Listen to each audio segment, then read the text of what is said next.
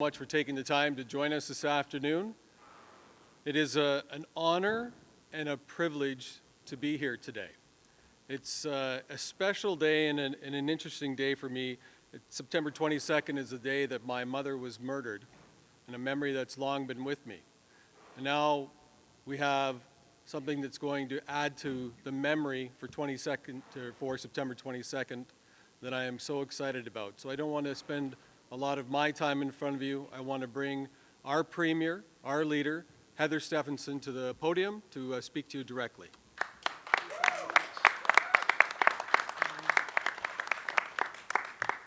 Thank you very much, Kevin, and I just want to welcome you here, also Carrie Hebert and Wayne Owasco, our candidates in the election, and of course Colonel Chris Hadfield and David Howard as well for being here today for this exciting announcement. I'm proud to be here today to support our veterans, the people who put their lives on the line for our freedom. They have our backs, and progressive conservatives believe that we should have theirs. People who serve this country and protect our freedoms should never be left to fend for themselves. Yet veterans are more likely to suffer from homelessness. It's time that Manitoba dedicated an office specifically to help veterans access the resources that they need. That's why a re-elected PC government will revamp the Military Envoy office by investing $1 million annually to create a Military Affairs Secretariat.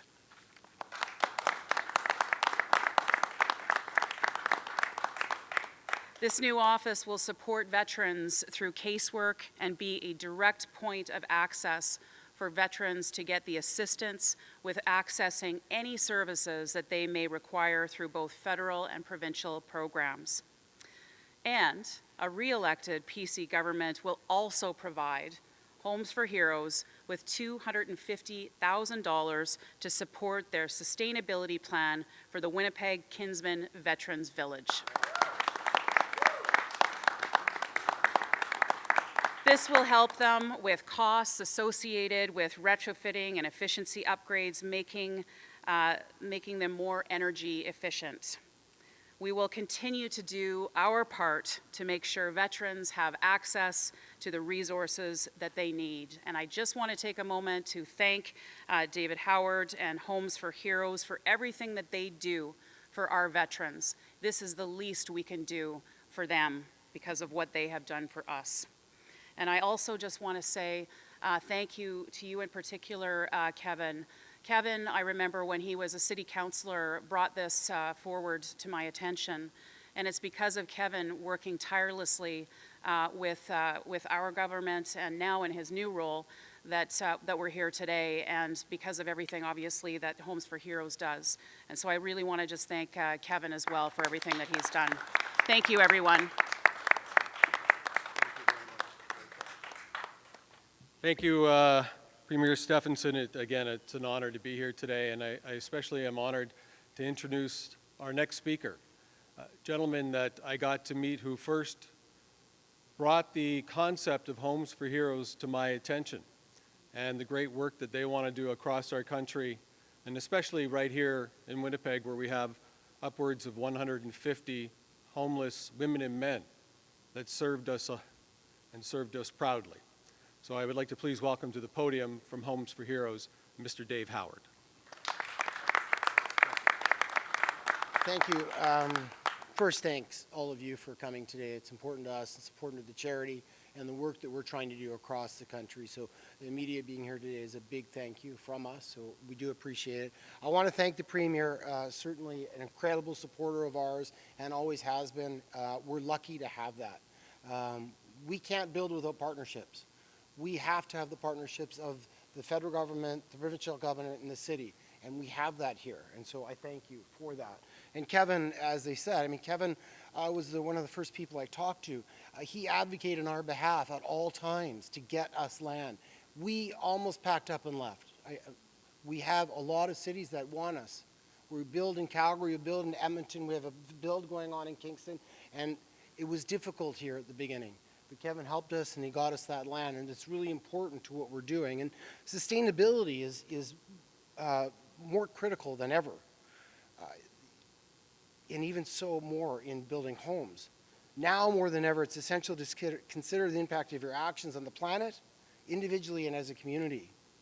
Our plan aims to reduce the environmental footprint through the construction of tiny homes and build energy-efficient product. We'll be redeveloping the Transcona parcel of land into a unique tiny home veterans village.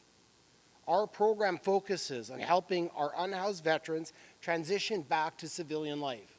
We do that by individual programs for our veterans. They work with our social workers. They work to get out of the situation that they are in.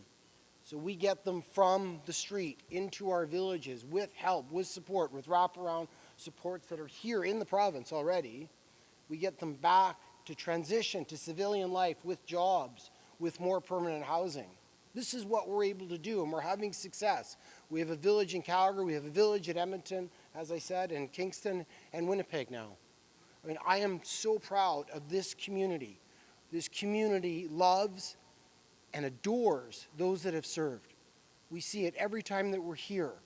It's an incredible history that is here in Winnipeg. We're lucky, we're thankful to be part of this program. Again, this is a big day for us. Tonight, Colonel Hadfield is here. He supports us, and it means a lot to us. So I'm rambled on, but I thank all of you, and I will bring Mr. Chris Hadfield up. Thank you.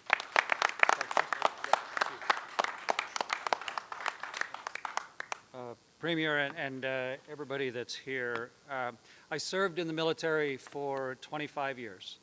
I lived in 6 different provinces across Canada, including Manitoba. I served abroad for the majority of the time, representing our country somewhere else. It is a large and complex and dangerous place that we live in. I've been around it 2,650 times, and from orbit, it looks incredibly gorgeous and worth doing everything we can to protect and sustain. But it's also a place of great interhuman contention. And that manifests itself sometimes to the point where, as history has taught us, we need to be able to defend the things that are important to us. And that's true of the Canadian military. And often now I have strangers come up to me and say, thank you for your service. And I take it 2 ways. I'm very grateful to be thanked for the time that I served. But often I don't think people understand what they're actually saying. When someone commits their life to being a member of the armed forces to defend this country against any threat, they are signing up in order to give their lives. And there's not many jobs that we might call service otherwise that include that as part of what is expected. And so that level of commitment needs to be met with that same level of respect and thanks and assistance when people eventually retire from that service. And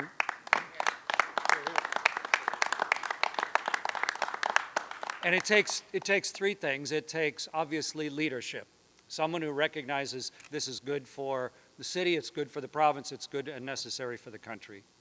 It takes the commitment of someone like David and his team at Homes for Heroes, who recognized a need, recognized that there's a gap that's just not being provided, and found a way to do it in a sustainable and logical and extremely progressive way. And it also takes the commitment of the individual, the serving member. And it's a very hard thing for them.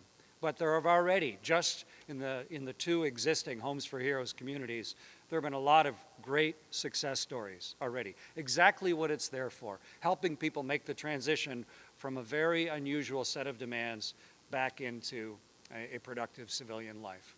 So I'm really pleased to be part of the gala tonight. I'm very pleased to see the level of support, but I'm even more pleased to see that veterans that really need it here in Winnipeg will have a place that will help them transition. So thank you to everybody that has allowed that to happen.